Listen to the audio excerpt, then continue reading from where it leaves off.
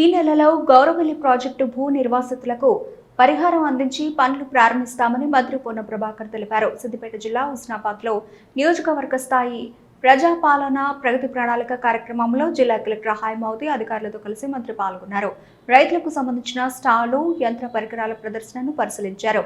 హుస్నాబాద్ అభివృద్ధి తన ధ్యేయమని, హుస్నాబాద్ ప్రాంతాన్ని విద్య, వైద్య, వ్యవసాయ, ఉపాధి, పారిశ్రామిక, టూరిజంగా అభివృద్ధి చేసేందుకు కృషి చేస్తున్నామన్నారు. రాష్ట్రంలో ప్రజాపాలన ప్రభుత్వం పారదర్శకంగా పనిచేస్తోందని, రైతులకు రుణమాఫీ, రైతు భరోసా అందించామన్నారు. మహిళలకు వడ్డీ లేని రుణాలు అందించి ఆర్థికంగా వారిని అభివృద్ధి పదంలో తీసుకువెడుతున్నామన్నారు. రాజకీయాలకు అతీతంగా అభివృద్ధిలో అందరూ భాగస్వాములు కావాలన్నారు. హుస్నాబాద్ నియోజకవర్గంలో కోతుల బడుగు లేకుండా కృషి చేస్తున్నామన్నారు. ప్రజాపాలన ప్రభుత్వం ద్వారా మరి కొన్ని ప్రణాళికలు తీసుకొని ముందుకు ప్రయత్నం చేస్తా ఉన్నా. పేమెంట్ జరగకపోయినా ఈ నెలలో తప్పకుండా పేమెంట్ జరిగితే వాళ్ళందరికీ గవర్నమెంట్కి సంబంధించి కాలువల ద్వారా నీళ్లు తీసుకొచ్చే కార్యక్రమాలు కొనసాగించడం జరుగుతోంది. మీరు ఎప్పుడైనా కూడా ఒక్కసారి కోయల మండలం తంగలపల్లి ఇంటికి చూడండి ఏ విధంగా వేగంగా నిర్మాణం అవుతా ఉందో.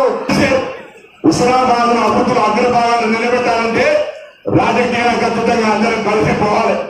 ఈరోజు ఇది మున్సిపాలిటీ కానీ 7 మండలాలు కానీ గౌరవ ముఖ్యమంత్రి గారు, ఉప ముఖ్యమంత్రి గారు, సాధారణ మంత్రులు అందరూ కూడా ఏ పర్యటన చేపలు హుస్నాబాద్ కొరకు ఇస్తా ఉన్నారు.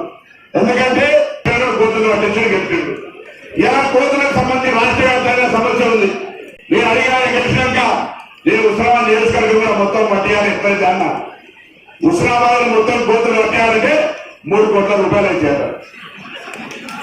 3 కోట్ల రూపాయలు అంటే ఇబ్బంది అవుతాయి. కాబట్టి సరే ఎట్లయినా సరే ప్రభుత్వం తరఫున ఎట్లా ఆలోచన చేద్దాం.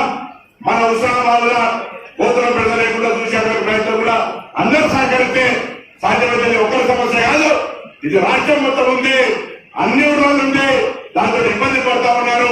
కొన్ని దానాల పాపం చూస్తే కోతులు మీద పడుతున్నాయి, ఉరుకుతే వాళ్ళు చనిపోయినటువంటి సంఘటనలు కూడా ఉన్నాయి. పంటలు చనిపోతా ఉన్నాయి. పంటలు వేసుకోవడానికి కూడా ఇబ్బంది అయితే ఉంది. కాబట్టి దాన్ని రక్షించుకోవడానికి ప్రయత్నం చేద్దామని కోరుతూ నేను మీ అందరినీ ఇలా ఆయన మేడం చెప్పింది